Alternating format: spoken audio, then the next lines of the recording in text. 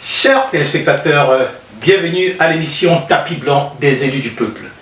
Nous avons le plaisir et le privilège de l'accueillir aujourd'hui, Monsieur Pascal Paradis, avocat d'immigration, fondateur de l'organisme Avocats sans frontières, diplômé en droit de l'Université Laval, et il est actuellement le député de la circonscription de Jean Talon. On va parler de l'enjeu de l'immigration. Nous allons parler aussi, bien sûr, de la crise de logement. Nous allons parler de la crise au niveau de la santé. Nous allons parler de plusieurs situations et surtout d'actualité.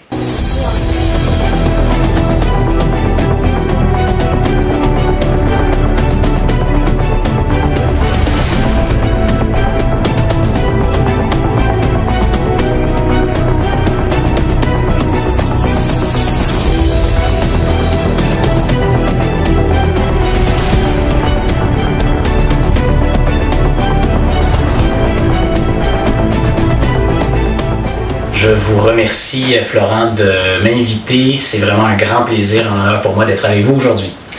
Alors, sans embâche et sans tarder, notre première question va être assez osée. Croyez-vous vraiment à l'indépendance du Québec?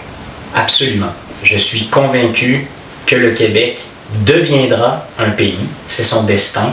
C'est le destin de la plupart des peuples. Quand on regarde la carte du monde, ce qu'on remarque, il y a un siècle, il y a 50 ans, il y a 20 ans et aujourd'hui, il y a de plus en plus de pays parce que les nations veulent assumer leur destin, veulent participer au concert des nations, veulent partager avec les autres, veulent contrôler les outils de leur développement pour ensuite prendre part justement à cette activité internationale qui est exactement la vision du Parti québécois. Donc, il se passe quelque chose, on le sent actuellement, les jeunes sont de nouveau de la partie, ceux qui croient à la cause depuis longtemps reprennent le combat. Les Québécois se sentent de plus en plus confiants aussi parce qu'il y a eu cette prise en main de l'économie québécoise qui est quand même relativement récente à l'échelle de l'histoire globale. Mais aujourd'hui, les Québécois ont cette confiance et je pense qu'on comprend aussi que le Canada, le reste du Canada, peut légitimement prendre certaines décisions, veut assumer son destin, lui, d'une façon X, et au Québec, on le voit d'une autre façon, d'une façon Y, et je pense que ça va être bon pour tout le monde, et je pense aussi que c'est un projet auquel vont adhérer de plus en plus de personnes issues de l'immigration, tous ces néo-québécois qui sont avec nous et qui ont l'opportunité de partager aussi leur propre expérience de décolonisation, d'assumation du destin national pour qu'on fasse ensemble un pays moderne, un pays innovant. Ça va arriver. Pour commencer, nos téléspectateurs d'aujourd'hui souhaiteraient savoir qui est vraiment M. Paradis et quelles ont été les motivations qui vous ont poussé non seulement à vous lancer dans le droit, mais subitement en politique.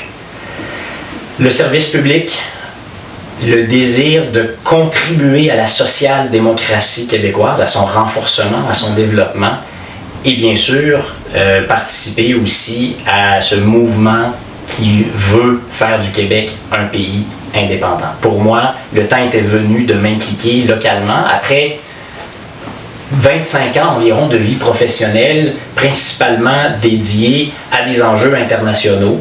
Donc j'ai eu la chance de voyager beaucoup dans le monde, d'apprendre énormément. L'Afrique m'a appris énormément, l'Amérique latine m'a appris énormément. Et aujourd'hui, c'est le temps pour moi, je le dis humblement, de voir ce que je peux partager avec les gens de la communauté ici à Québec, au Québec. J'étais avant donc chez Avocats sans frontières, une organisation. Vous l'avez fondé, je crois. Hein? Oui.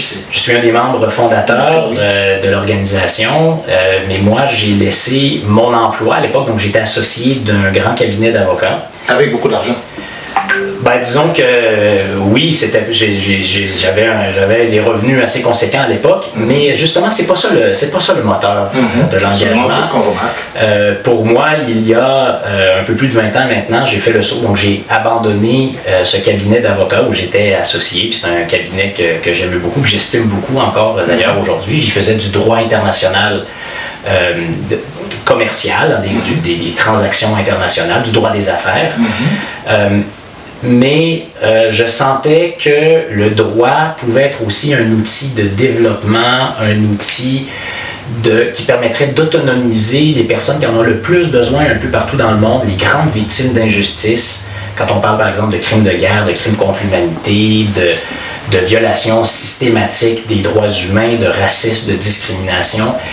Et j'avais le goût donc d'utiliser ces compétences juridiques pour les mettre au bénéfice de ces gens qui veulent collaborer au-delà des frontières, nous le nom Avocats sans frontières, pour ensemble qu'on s'élève et qu'on réalise les droits humains fondamentaux. Donc j'ai quitté le cabinet, la pratique du droit à l'époque, pour me consacrer bénévolement au départ à Avocats sans frontières. À l'époque, il n'y avait pas de bureau, il n'y avait pas d'équipement, il n'y avait pas de personnel. Et l'idée était de contribuer à construire, à développer cette organisation. Donc au départ, bénévolement. Et puis ensuite, c'est devenu mon métier, c'est devenu ma passion. Donc pendant 20 ans, collaborer avec des juristes, des organisations de la société civile, des organisations paragouvernementales un peu partout dans le monde pour faire de la justice une réalité, pour lutter contre l'impunité, pour vaincre les situations de violation des droits humains.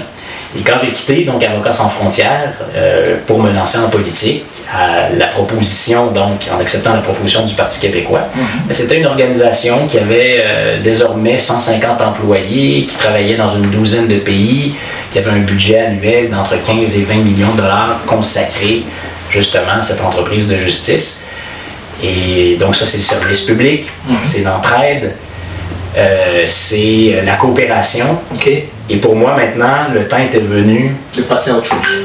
De voir comment on peut faire la même chose localement. Les enjeux ne sont pas les mêmes, ce n'est pas ça, mais de dire cette coopération, cette entraide, ce désir de justice, de renforcement de la social-démocratie, pour moi, c'était maintenant l'appel du Québec, où je suis resté très ancré. Je suis vraiment un gars de la circonscription de Jean Talon, même si j'ai beaucoup voyagé. Donc vous êtes quand même chez vous, là. Vous avez remporté chez vous. J'ai grandi ici, je connais très bien la circonscription, et là, pour moi, maintenant, c'était le temps de voir comment on peut travailler ensemble ici dans Jean Talon, à Québec, au Québec, dans le bien public. Vous semblez avoir beaucoup de valeurs sociales. Et est-ce que c'est quelque chose inhérent à votre famille? Je suis tellement content que vous me posiez la question parce que oui, le contexte dans lequel on grandit est fondamental. J'ai eu la chance, moi, d'être dans un noyau familial très aimant, très fort, mais qui m'a aussi, oui, beaucoup inculqué ses valeurs sociales. Ma mère était professeure de morale à l'école primaire. Pour elle, tous les enjeux sociaux étaient très importants. Mon père, lui, a été aussi dans l'appareil gouvernemental et dans le privé, et un de ses moteurs, c'était justement cette justice sociale, ce souci d'égalité. Donc, très jeune, on avait des discussions à la maison, très animées, notamment au moment des repas, et pour moi, ça a toujours été une passion de mon tout jeune âge, en réalité. Quelles sont vos 4 meilleures valeurs? Quelle grande question. Il y en a vraiment plusieurs, mais je dirais que la justice, pour moi, dans son sens large, est extrêmement importante, donc dans le sens aussi de l'équité, de la justice sociale. La solidarité humaine est vraiment aussi fondamentale, c'est-à-dire que aussi nous sommes là les uns pour les autres, et c'est ensemble nous sommes plus forts. L'engagement, c'est-à-dire dans sa vie professionnelle, dans sa famille, il faut vraiment, il faut croire à ce qu'on fait, il faut y mettre des efforts, il faut y mettre du temps.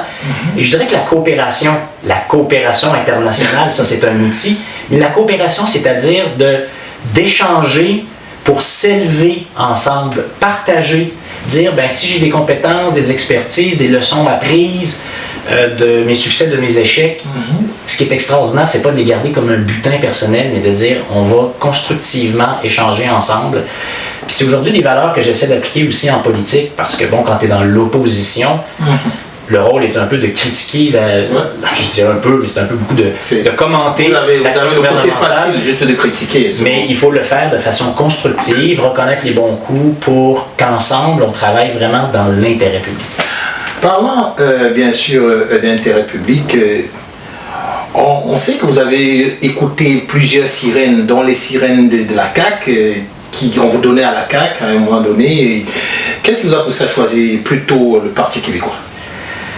Bon, en fait, cet épisode avec le parti gouvernemental a été largement commenté, puis aujourd'hui, c'est su et connu qu'en fait, c'était ce parti-là qui m'a approché pour me présenter. Et en bout de ligne, j'ai dit non. Pour plusieurs raisons, mais notamment parce que mon parti, ça a toujours été le Parti québécois. Depuis toujours, je suis un indépendantiste convaincu. Et lorsque la circonscription de Jean Talon, celle où je vis, s'est libérée à la suite de la démission de ma prédécesseur, le Parti québécois m'a contacté. J'y ai réfléchi parce que quand même c'était un pas important. Oui, j'étais le directeur général d'Avocats sans frontières, qui est une organisation que j'adore, mais j'avais déjà commencé à prévoir, après 20 ans, ma sortie. Parce que c'est la bonne gouvernance, à un moment donné, de prévoir la succession et pour moi, de penser à ce que je pourrais faire d'autre. Mais la politique est venue à moi, donc le Parti québécois m'a contacté. J'ai rencontré Paul Saint-Pierre Plamondon, un homme que j'admire, qui m'avait extrêmement impressionné lors de la dernière campagne électorale générale. C'est un parti aussi dont le message et les valeurs social-démocrates et aussi cet objectif fondamental de l'indépendance viennent me chercher, moi. Alors, après quelques semaines de réflexion, j'ai dit oui. Et là, ensuite, la campagne électorale pour l'élection partielle dans la circonscription de Jean Talon s'est déclenchée presque immédiatement. Alors, c'était un grand bouleversement dans ma vie. C'était un grand défi aussi, quand on sait que c'était un comté qui était difficile à prendre. Et malgré cela, vous y êtes allé, vous n'avez pas eu peur très rapidement? Une réponse il faut croire à ce qu'on fait. Okay. Moi, j'ai mis tous mes jetons sur la table, j'ai dit maintenant, c'est ça, puis il arrivera ce qui arrivera. Vous avez raison, d'aucuns disaient que c'était un comté imprenable. En fait, ils n'avaient jamais élu de député péquiste de toute l'histoire depuis 1965. Mais il faut croire à ce qu'on fait, il faut se présenter tel qu'on est, il faut être authentique. C'est ce discours-là qu'on a tenu aussi pendant la campagne. Paul Saint-Pierre Plamondon a été à mes côtés, de même que 728 bénévoles, un mouvement populaire extraordinaire, pour être en dialogue avec les gens et dire voici ce qu'on vous offre. Et c'est ce que les gens ont choisi au terme de la campagne. Quelle est votre lecture actuelle après tout le temps que vous avez passé en tant que député? Une question qui n'est pas facile. Bon, d'abord, vous dites, après tout le temps, je suis quand même le plus récemment élu des députés de l'Assemblée nationale, donc je parle de mon expérience avec beaucoup d'humilité, parce que je suis un député tout neuf. Vous avez déjà mis quelques jours, c'est déjà... Oui, mais déjà quand même beaucoup d'expérience des difficultés derrière la cravate, des défis. C'est un travail très intense, mais c'est un travail tellement extraordinaire. Je dois vous dire, j'aime. Vous le referez si je le refais. Je n'ai aucun regret, au contraire. Je me dis, j'ai suivi mon cœur, j'ai suivi mes valeurs. Et une nouvelle fois, comme je l'avais fait il y a 20 ans, en laissant tout tomber pour Avocats sans frontières, aujourd'hui, pour cette vie de député, ce sont des leviers extraordinaires pour servir les citoyens de Jean Talon, d'abord. C'est ensuite une fenêtre ouverte aussi sur les rêves, les préoccupations, les enjeux que vivent les gens de Jean Talon. À l'Assemblée nationale, c'est une capacité de participer au débat public sur les grands enjeux qui nous occupent. Et aussi, je dois le dire, ce qu'on a la capacité d'apprendre dans ce travail-là, c'est fantastique. Vraiment, on doit traiter plusieurs sujets. Aujourd'hui, par exemple, j'ai mieux connu votre organisation. Vous m'avez présenté le studio, et ça, c'est extraordinaire. C'est un peu la fonction de député qui permet d'être en contact avec des gens inspirants. Comment évaluez-vous la situation des immigrants ici au Québec, en partant de la situation dans votre comté et générale? Et bien sûr, j'aimerais que vous puissiez élaborer sur ce qui est du quota. Quelle est votre grande lecture? Le Québec est historiquement un endroit généreux pour l'immigration.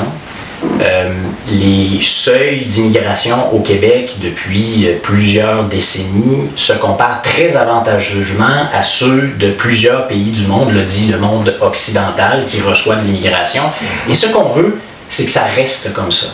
Que le Québec demeure une terre d'accueil généreuse qui fait en sorte que l'aventure québécoise des gens qui viennent au Québec, des nouveaux arrivants, soit une réussite. Et une réussite, ça passe par un emploi qui correspond aux compétences, à l'expérience de la personne qui choisit le Québec. Ça passe par l'accès aux services publics, l'accès à la francisation, lorsque la personne immigrante arrive puis ne parle pas encore de manière courante. Ça passe par donc l'accès à l'ensemble des services publics, un logement. Et là, actuellement, ce qui s'est passé dans les dernières années en raison de politiques publiques mal avisées, notamment du gouvernement canadien, mais aussi du gouvernement québécois, soudainement, nous avons des taux d'immigration qui surpassent de loin tout ce qui s'est vu et tout ce qui s'est connu à l'échelle internationale. Par exemple, le taux d'immigration de personnes immigrantes par 1000. On avait prévu 35 000 et aujourd'hui on est... Ça, c'est en nombre absolu. Absolument. Mais pour se comparer à l'échelle internationale, c'est le chiffre, par exemple, le nombre d'immigrants par 1000 personnes. Et donc, jusque au début des années 2020, on était autour de 4, 5, 6 personnes, puis c'est ça à peu près la moyenne mondiale. Là, aujourd'hui, au Canada, c'est 33. Au Québec, 25. Donc là, actuellement, quand on regarde les graphiques, on voit que dans les 2-3 dernières années, notamment, il y a eu une augmentation fulgurante. Et ça compromet les chances de réussite pour la personne migrante de son aventure québécoise. Et ça compromet aussi la capacité du Québec de donner les services publics, d'offrir un logement. Donc là, il y a des gens qui vont dire « Ah, ce n'est que l'immigration qui cause la crise du logement ». Ça, ce n'est pas vrai. Mais aussi de prétendre que ces seuils très, très, très élevés actuels d'immigration ne contribuent pas à la crise du logement. Ça aussi, là, il faut se dire des choses, c'est qu'actuellement, si 230 000 nouvelles personnes arrivent au Québec chaque année, c'est ça actuellement, la situation. 230 000. 230 000 permanents et temporaire, bien là, on a 30 000 logements en chantier par année. On voit tout de suite qu'il y a un problème. Puis même s'il y en a certains, par exemple des travailleurs temporaires qui viennent, par exemple, dans les exploitations agricoles dont on a vraiment besoin, comme une grande partie de l'immigration d'ailleurs, OK, eux, c'est pas la même situation en matière de logement, mais quand même, il y a un problème global. Quand les seuils sont trop élevés, ça compromet la chance que ce soit une réussite pour la personne qui vient et une réussite pour le Québec. Et puis moi, l'avocat international, évidemment, je pense aussi aux pays où on va en mission commerciale pour aller chercher les talents, les cerveaux, les ingénieurs, les infirmières, les médecins qui ont été formés par les institutions locales, puis là, on leur dit « venez chez nous », on leur fait une promesse, ça va marcher. Donc actuellement, c'est ça la situation, et on la vit dans Jean Talon. Donc Jean Talon, moi je suis très fier, parce que vous l'avez dit, là, moi j'ai travaillé pendant 15 des 20 années que j'ai passé chez Avocats sans frontières, notamment pour des populations migrantes. J'ai l'immigration dans ma famille. Comme directeur général d'Avocats sans frontières, j'ai embauché des dizaines de personnes issues de l'immigration, donc je le dis avec fierté.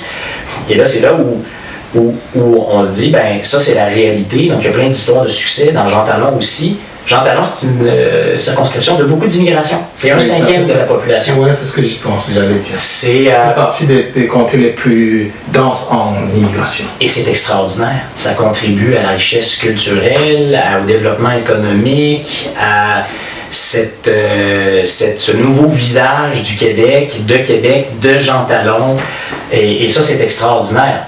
En même temps, au bureau de circonscription, on commence à les entendre, ces histoires-là, de personnes qui arrivent ici, puis écoutez, moi je suis diplômé, je suis doctorant, j'ai de l'expérience comme ça, j'arrive pas à trouver d'emploi, j'arrive pas à trouver de logement, je dois faire appel à des banques alimentaires, et donc là il faut voir, que faut-il changer, que faut-il faire pour s'assurer que nous gardions d'abord cette politique généreuse à long terme, de manière durable, en matière d'immigration, et qu'il y ait une égalité d'accès aux services publics et d'une égalité des chances dans le succès personnel de l'aventure québécoise de toute personne, qu'elle vienne d'arriver ou qu'elle soit au Québec depuis longtemps, depuis plusieurs générations. Il faut s'assurer que tout le monde a la même capacité d'être des Québécois à part entière.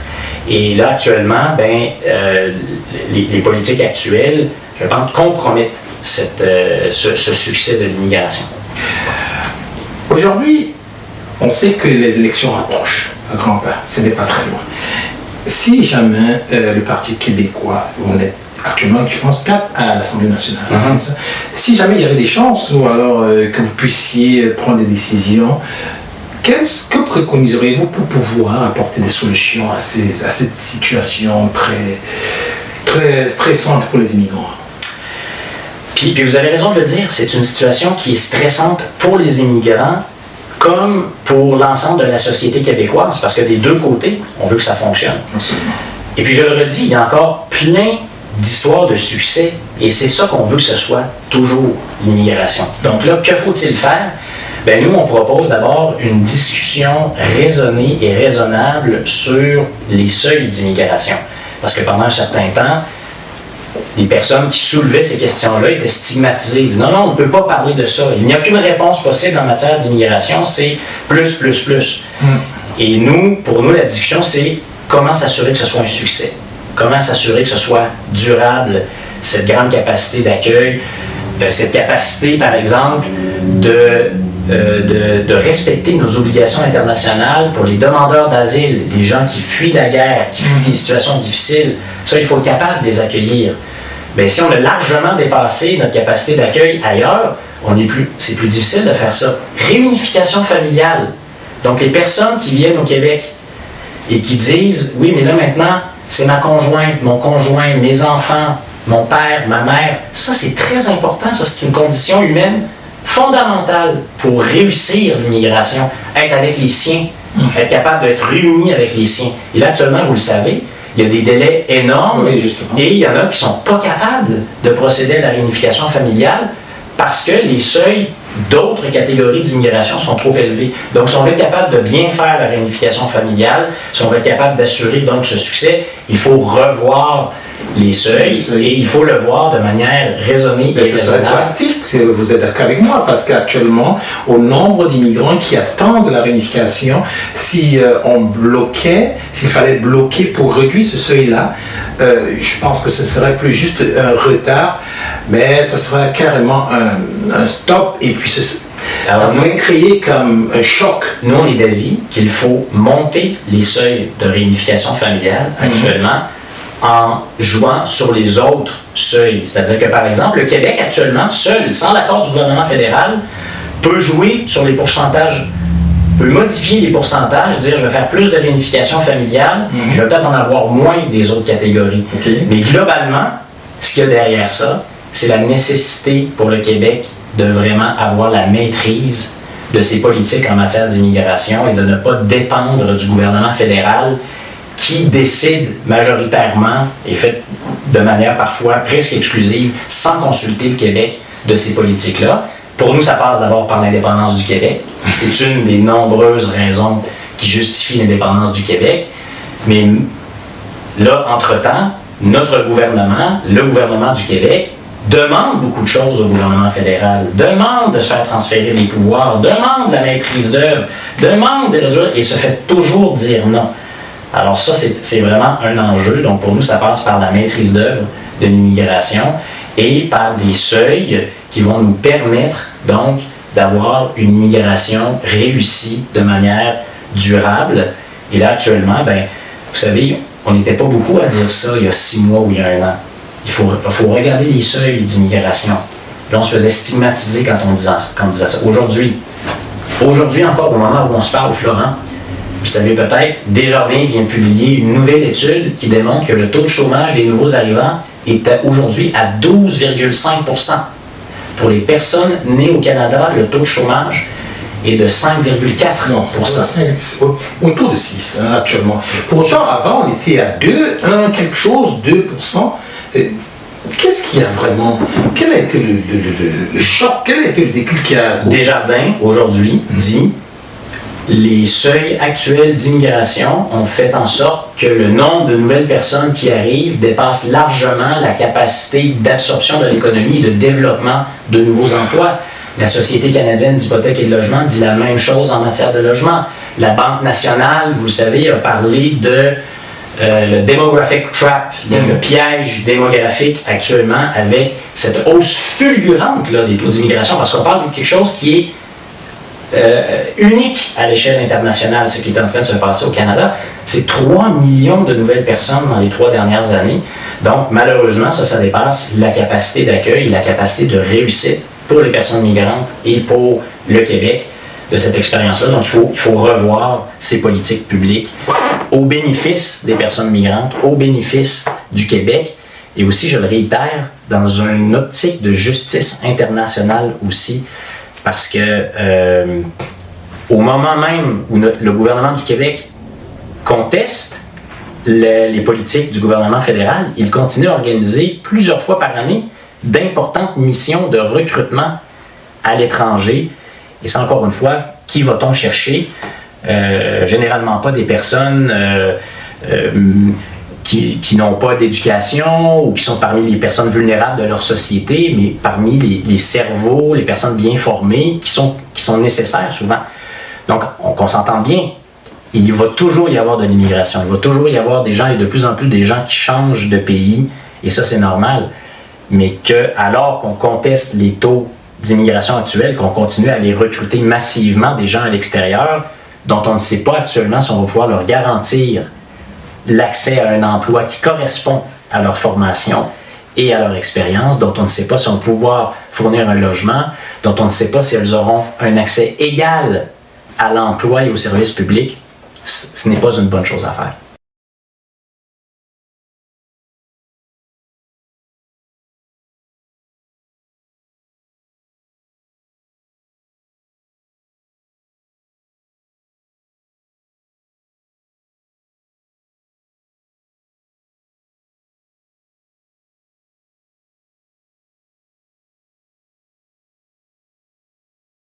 Alors, de retour sur notre plateau Tapis Blanc avec les élus du peuple, nous recevons Pascal Paradis, député du Parti québécois des gens de talent, qui maintenant va aborder les enjeux, bien sûr, non seulement de l'environnement, mais aussi nous parler un tout petit peu de la situation au niveau des défis que rencontrent les agences privées, bien sûr, dans la santé. Alors, M. Plamondon, merci encore de nous accorder un peu de temps, et on sait que votre temps est très imparti, et puis nous aimerons juste rapidement voir avec vous quelle est votre politique, quelle est votre lecture au niveau de l'environnement, au niveau du Québec, surtout lorsqu'on pense qu'il se prépare un grand événement ici à Québec, à savoir les REMAD Afrique-Canada 2025, où il sera bien sûr question dans la thématique principale de l'environnement.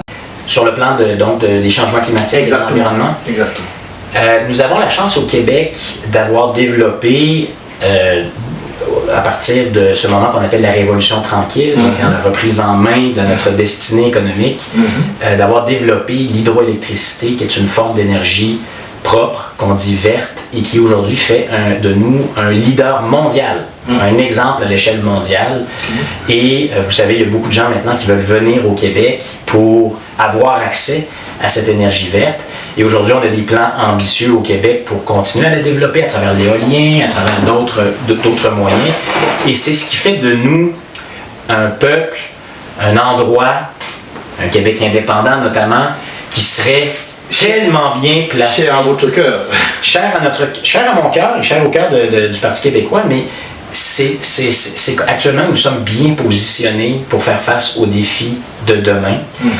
Bien sûr, on est comme tout le monde, on a des défis de décarboner l'économie, de continuer à travailler pour diminuer justement notre consommation d'énergie, pour avoir des pratiques, des façons de vivre qui sont de plus en plus respectueuses de l'environnement. Les changements climatiques sont une réalité et nous sommes bien équipés pour faire face à ce défi-là. Maintenant, il faut continuer à investir pour que justement le domaine de l'énergie demeure de la propriété des Québécoises et des Québécois. Absolument. Et actuellement, il y a certaines menaces qui planent parce que justement c'est convoité.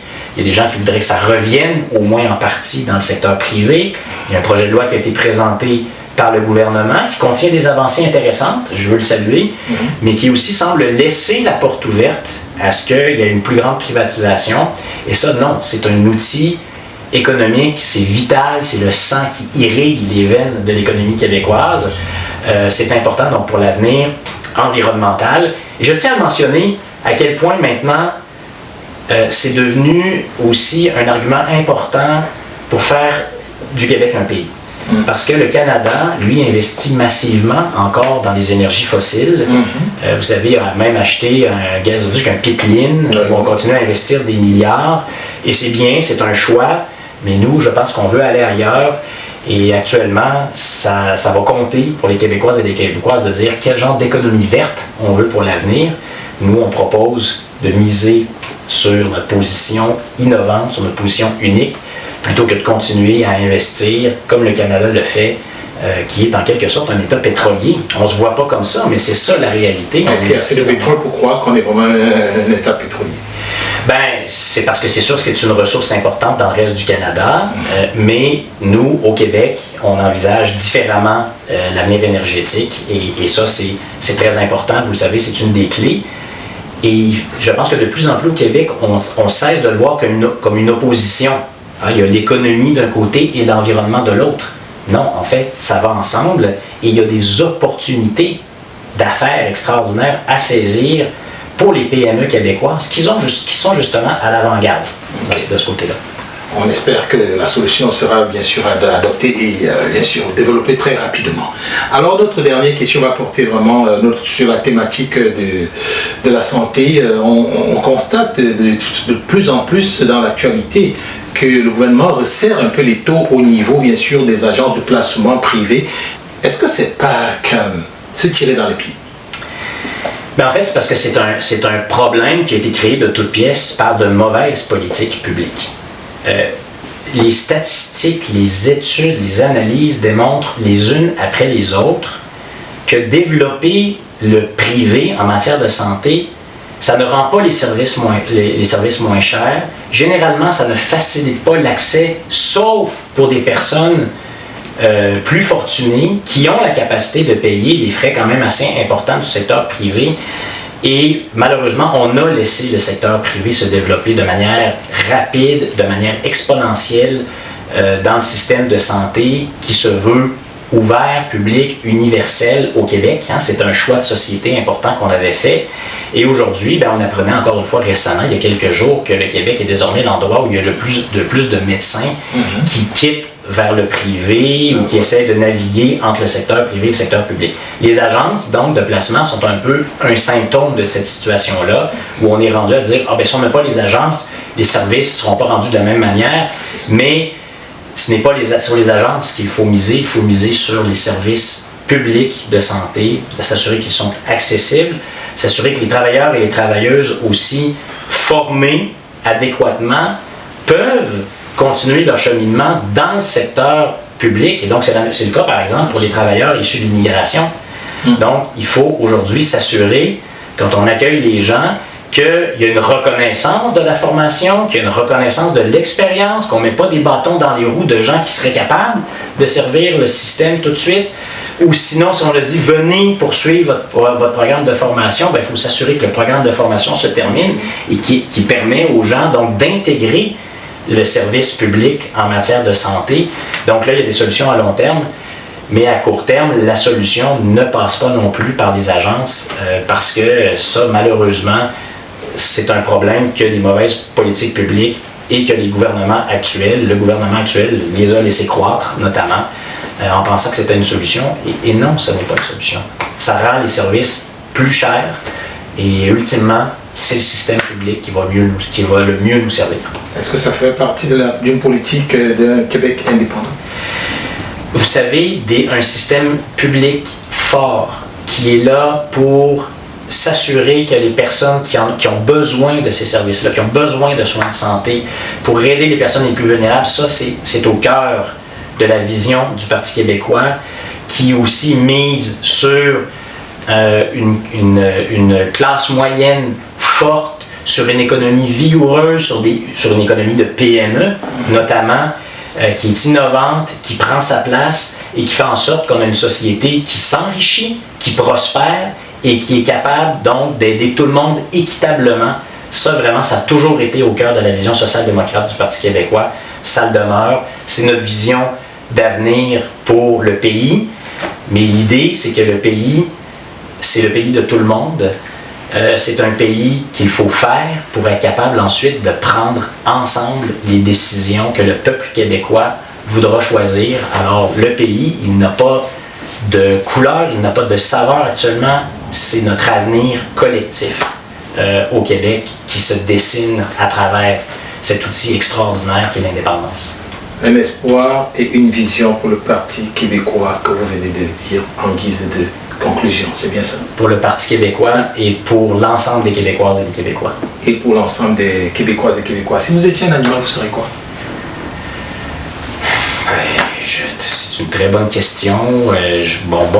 Écoutez, j'ai des chats à la maison, j'adore les chats, je dois le dire. Est-ce que je serais un chat? Je ne sais pas, mais c'est un animal que j'aime bien. Je le trouve à la fois social et à la fois autonome, à la fois très affectueux et à la fois fort. Et pour moi, je sais pas, j'ai comme l'impression que je viens de décrire un peu le peuple québécois. Parfait. Votre mot de fin, terminé? Votre mot de fin? Merci beaucoup de m'avoir reçu, Florent. Je suis enchanté de notre discussion. J'espère que ce n'est pas la dernière. Non, ce ne sera pas la dernière. Nous, on compte vous inviter pour d'autres émissions. Alors, merci beaucoup d'avoir pris votre temps. Merci beaucoup d'avoir vraiment enrichi nos connaissances en ce qui concerne le Parti québécois, en rapport, bien sûr, aux différents enjeux et aux différentes thématiques. Merci bien vraiment de nous avoir fait découvrir qui vous êtes. Et je pense que ça...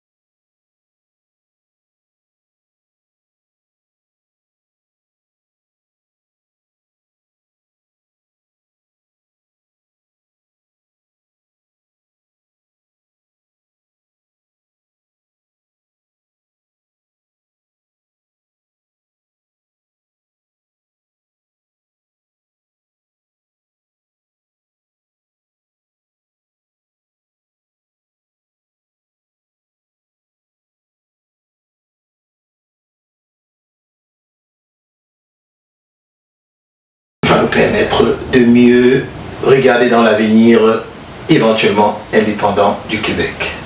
Merci beaucoup.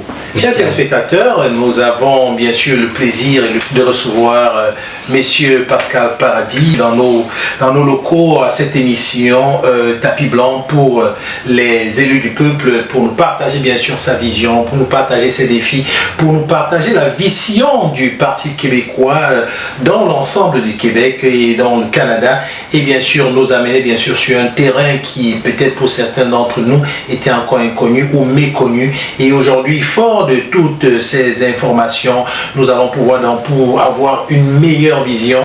En espérant que vous avez apprécié, nous vous invitons à aller visiter la page de M. Pascal Paradis et au plaisir de vous revoir pour une autre émission avec un autre invité à Tapis Blanc. Moi, c'est Florent Léal et j'ai eu le plaisir, bien sûr, d'échanger en votre nom avec notre invité. Prenez soin de vous et à très très bientôt. Ciao.